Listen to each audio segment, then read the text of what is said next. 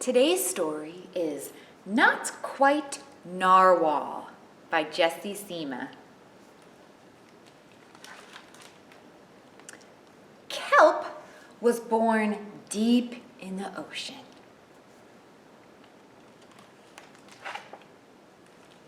He knew early on he was different from other narwhals. His tusk wasn't as long as everyone else's. He had different tastes in food, and he wasn't a very good swimmer.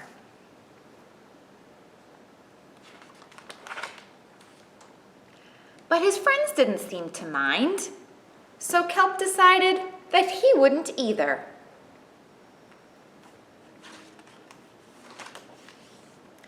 That is, until he was swept away by a strong current. I wish I were a better swimmer. Kelp found himself at the surface, closer to land than he'd ever been before. High up on a cliff, he spotted a mysterious, sparkling creature. Do you see it? Way up here? It looked so familiar. It looked like kelp. Kelp swam toward land as fast as he could, which wasn't very fast at all, hoping that he could catch up with the creature that looked just like him. When he finally reached the shore, Kelp felt a little bit anxious. He had never left the ocean.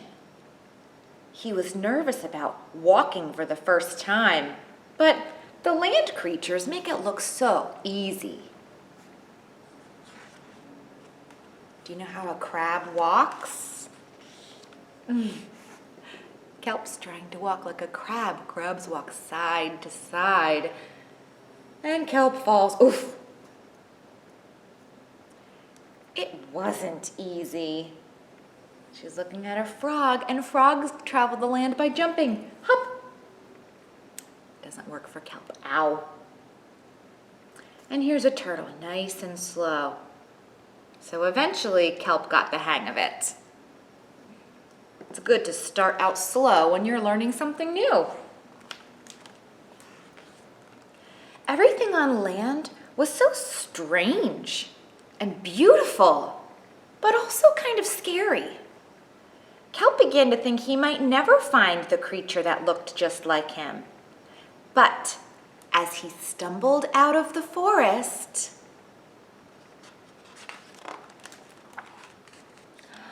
land narwhals!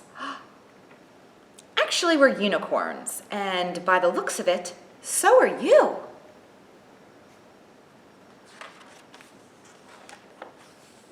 Kelp had never heard of unicorns before. They taught him all sorts of new things about his tusk. We call them horns. Wow! Look what Kelp is learning to do, make a rainbow. They introduced him to unicorn delicacies, which is a fancy word for food. This is a unicone, also rainbow. And they showed him how to gallop. There was no doubt that Kelp was, in fact, a unicorn. He was having so much fun that he didn't want to leave. But then he remembered all of his friends under the sea.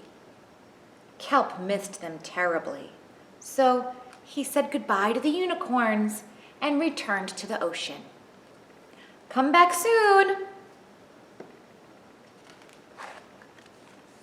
Kelp swam home as fast as he could, which wasn't very fast at all, hoping that the narwhals would still like him now that he was a unicorn. When he finally arrived, Kelp had butterflies in his stomach.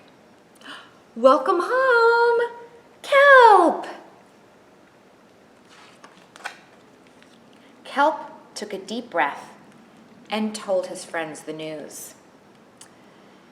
It turns out I'm not a narwhal. Of course you aren't. I'm a unicorn. We all knew that. They took it quite well.